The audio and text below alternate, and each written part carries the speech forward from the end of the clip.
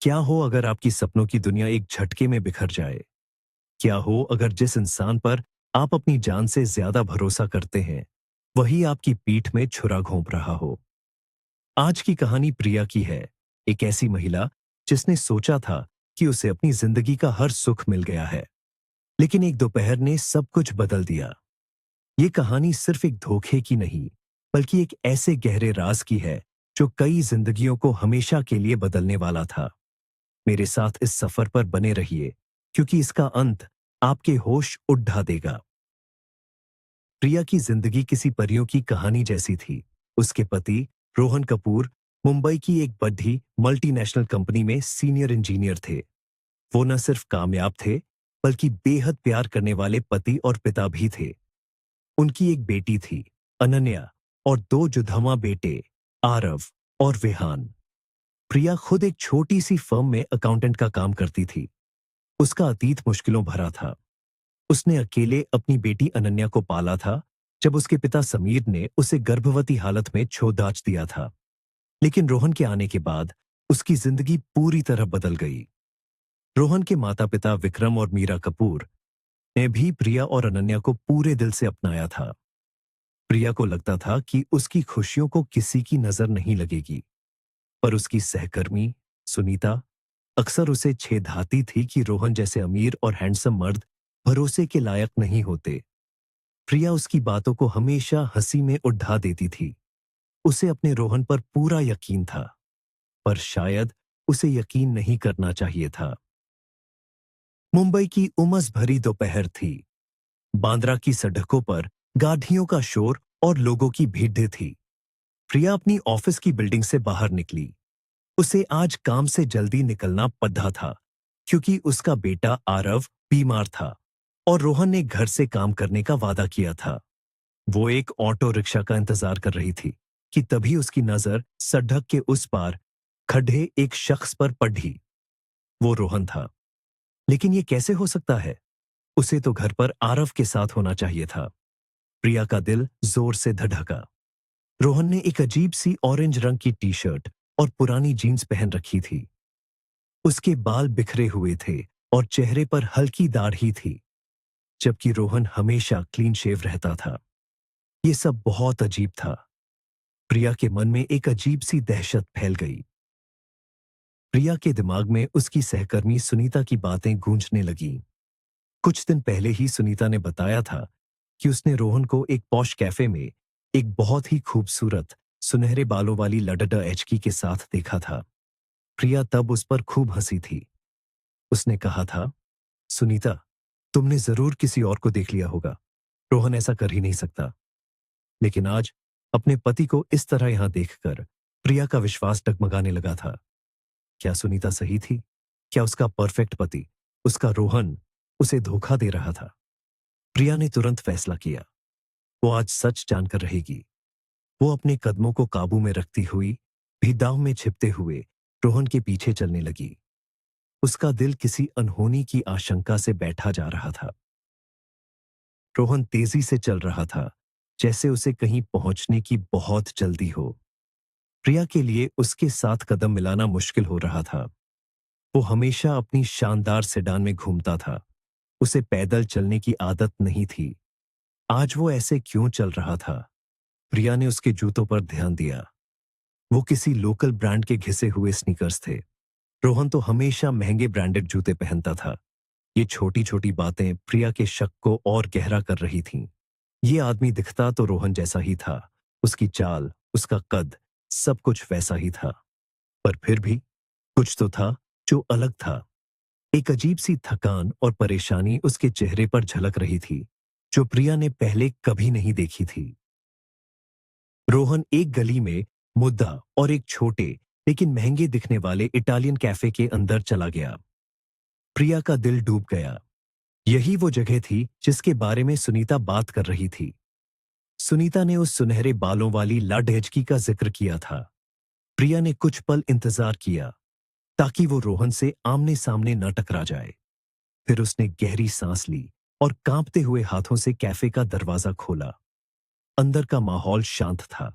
धीमी आवाज में जैज म्यूजिक चल रहा था और कॉफी की महक हवा में फैली हुई थी। प्रिया ने एक कोने की टेबल चुनी, जहां से वो सब कुछ देख सकती थी, लेकिन उसे कोई आसानी से देख नहीं पाता।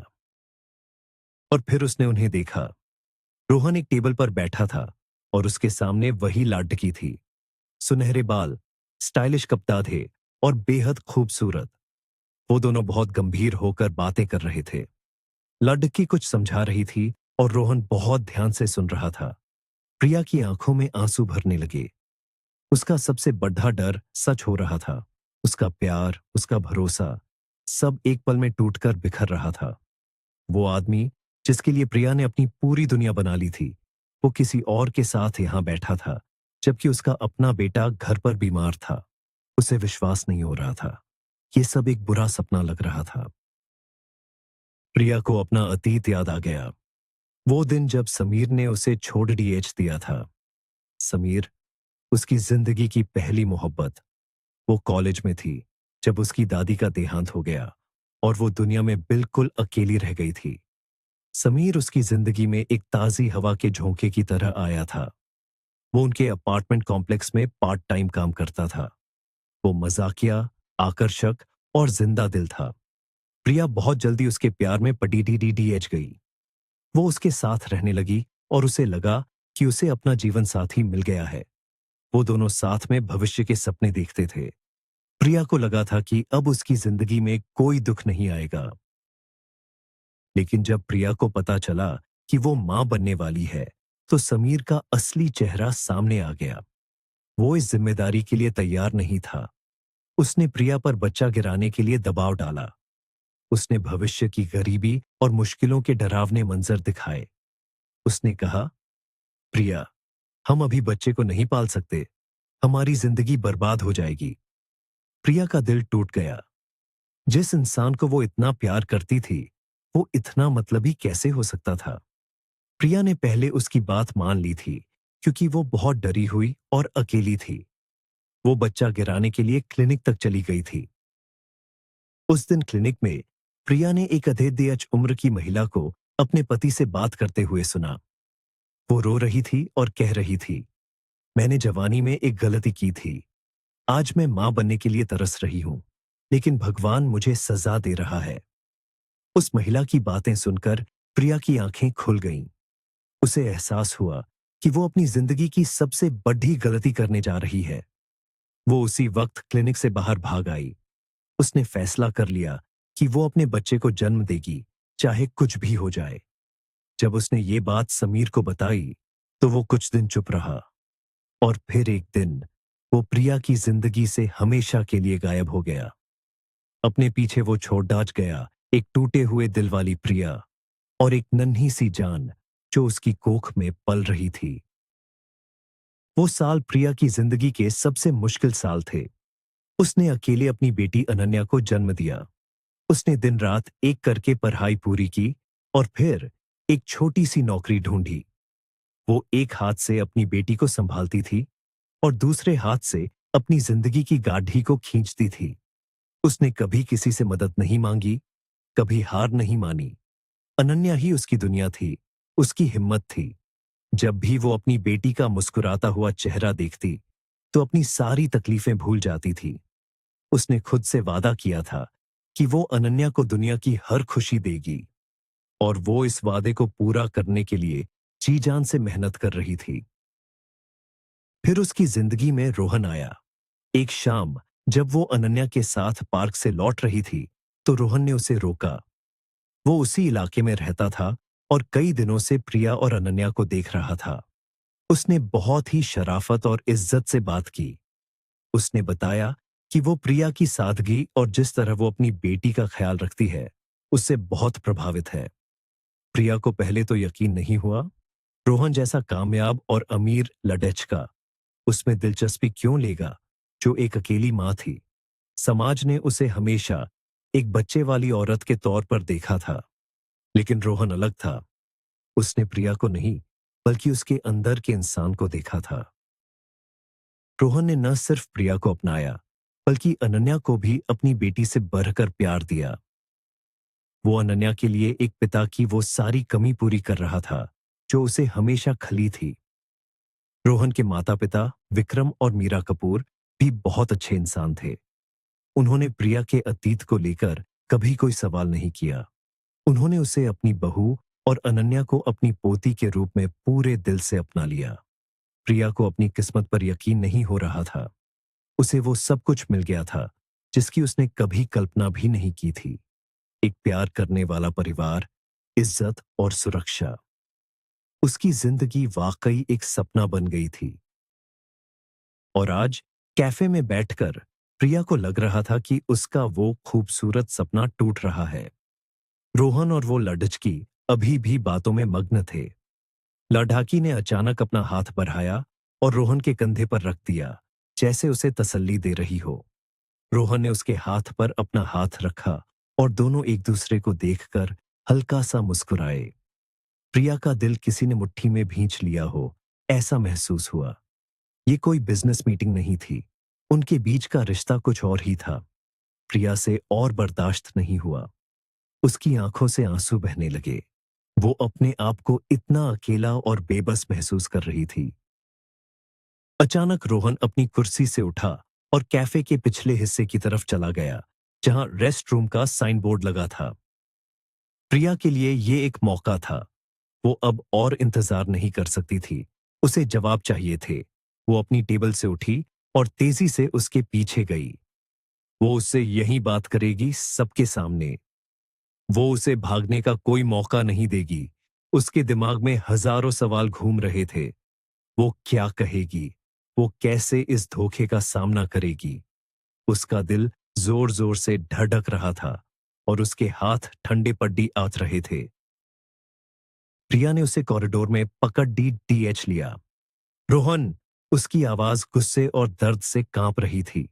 उस आदमी ने पीछे मुद्दाकर देखा। पहले तो उसने प्रिया को ऐसे देखा जैसे वो उसे पहचानता ही न हो। उसकी आंखों में एक हैरानी थी, कोई अपनापन नहीं। प्रिया को एक और झटका लगा। क्या वो उसे पहचानने से भी इनकार कर देगा? प्रिया ने गुस्से से कहा, तुम यहां क्या कर रहे हो? आरव घर पर बीमार है और तुम इस लाडेचकी के साथ यहां रंगरलियां मना रहे हो। उसकी आंखों में आंसू थे और आवाज में सालों का दबा हुआ दर्द और आज का धोखा मिला हुआ था। उस आदमी ने प्रिया के चेहरे को गौर से देखा। उसकी भौहें सिकुड़ गईं, जैसे वो कुछ याद करने की कोशिश कर रहा हो। फिर अचानक उसकी आंखों में एक चमक आई, जैसे उसे कुछ समझ आया हो। वो हल्का सा मुस्कुराया, लेकिन उस मुस्कान में शर्मिंदगी नहीं, बल्कि एक अजीब सी उदासी थी। उसने बहुत धीमी और शांत आवाज में कहा, आप आप शायद प्रिया हैं? प्रिया हैरान रह गई। वो उसे आप क्यों कह रहा था? और उसने उसका नाम ऐसे लिया जैसे वो उसे जानता तो है, पर मिला पहली बार हो। ये सब क्या हो रहा था? ये कोई भयानक मजाक था। प्रिया ने ध्यान से उसके चेहरे को देखा। अब जब वो इतने करीब थी, तो उसे कुछ बारीकियां नजर आईं। उसकी बाईं कनपटी पर एक छोटा पुराना सा निशान था, जो रोहन के चेहरे पर नहीं था। उसके हाथ पर एक छोटा सा टैटू बना हुआ था और वो रोहन से थोड़ा दुबला भी लग रहा था। प्रिया का सिर चकरा गया। वो लडखडाने लगी और उसने दीवार का सहारा लिया।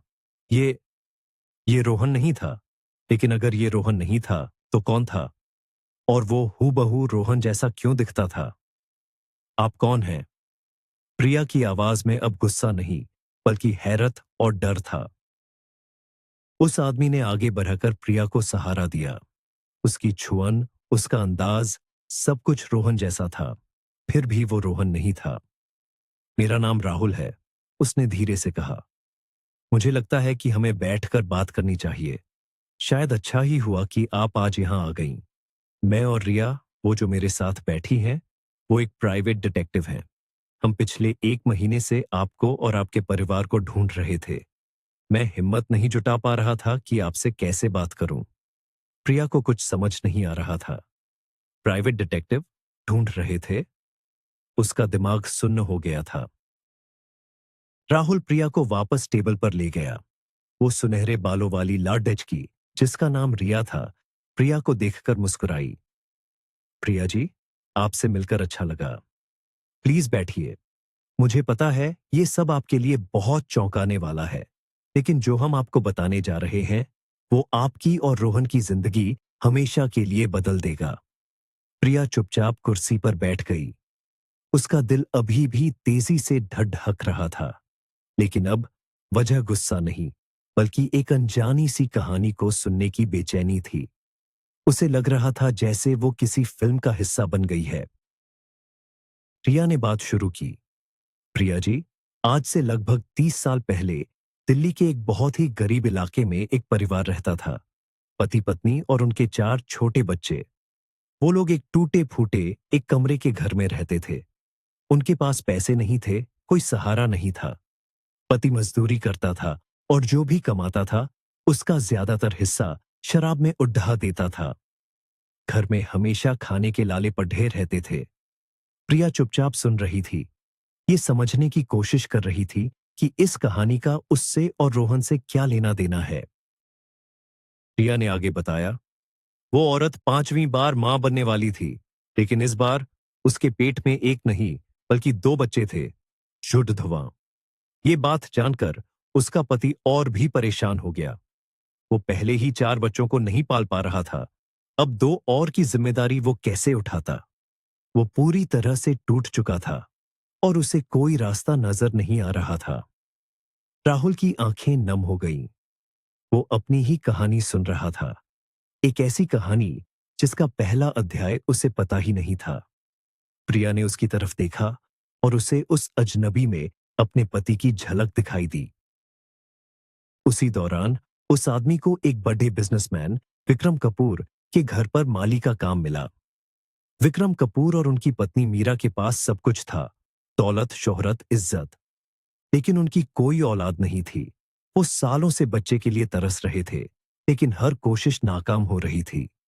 वो लोग बहुत दुखी रहते थे। एक दिन उस माली ने विक्रम कपूर को अपनी पत्नी को दिलासा देते हुए देखा। तभी उसके दिमाग में एक भयानक ख्याल आया। उसने विक्रम कपूर के सामने एक प्रस्ताव रखा। उसने कहा, साहब, आप बच्चे के लिए परेशान हैं और मेरे घर पर बच्चों की लाइन लगी है। मेरी बीवी के पेट में जुद्धवा बच्चे हैं।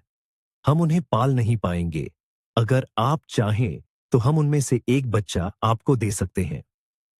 पहले तो विक्रम कपूर बहुत गुस्सा हुए, लेकिन जब उन्होंने ये बात अपनी पत्नी मीरा को बताई, तो वो किसी भी कीमत पर मां बनने के लिए तैयार हो गईं। उन्होंने उस माली के साथ एक सौदा कर लिया, एक ऐसा सौदा जिसने 2 भाइयों की किस्मत को हमेशा के लिए अलग-अलग रास्तों पर भेज दिया। जब बच्चे पैदा हुए, तो अस्पताल में डॉक्टरों और नर्सों को पैसा खिलाकर सब कुछ सेट कर लिया गया। मां को बताया गया कि उसके दोनों बेटे पैदा हुए हैं, लेकिन एक बहुत कमजोर है। उसे बचाने के लिए उसे नर्सरी में रखना होगा। अगली सुबह उसे बताया गया कि उसका एक बेटा रात को ही मर गया। उसे उसका दूसरा बेटा सौंप दिया गया। उसी दिन उसी अस्पताल से विक्रम और मीरा कपूर अपने बेटे को घर लेकर गए। उन्होंने सबको यही बताया कि मीरा ने एक बेटे को जन्म दिया है और इस तरह 2 जुड़वा भाई हमेशा के लिए एक दूसरे से जुदा हो गए। रिया ने एक गहरी सांस ली। जिस बच्चे को विक्रम और मीरा कपूर घर ले गए, वो आपका पति रोहन था, और जिस बच्चे को उसकी असली गरीब मां को सौंपा गया, वो ये है राहुल। प्रिया की आंखों के सामने अंधेरा छा गया। उसे अपनी कानों पर यकीन नहीं हो रहा था। रोहन और राहुल, जुड़वा भाई, उसके सास ससुर विक्रम और मीरा जी, इतने भले और नेक इंसान ऐसा कैसे कर सकते हैं? लेकिन फिर उसे रोहन और राहुल की हूबहू शक्ल याद आई। ये झूठ नहीं हो सकता था। ये एक कटीडी आचवा, अविश्वसनीय सच था। राहुल ने अब बोलना शुरू किया। उसकी आवाज में एक गहरा दर्द था। मेरी मां ने मुझे पाला, लेकिन हमारे हालात कभी नहीं सुधरे। कुछ साल बाद सरकारी लोग मुझे और मेरे बाकी भाई बहनों को अनाथ आश्रम ले गए, क्योंकि मेरे माँ बाप हमारी देखभाल करने में नाकाम थे।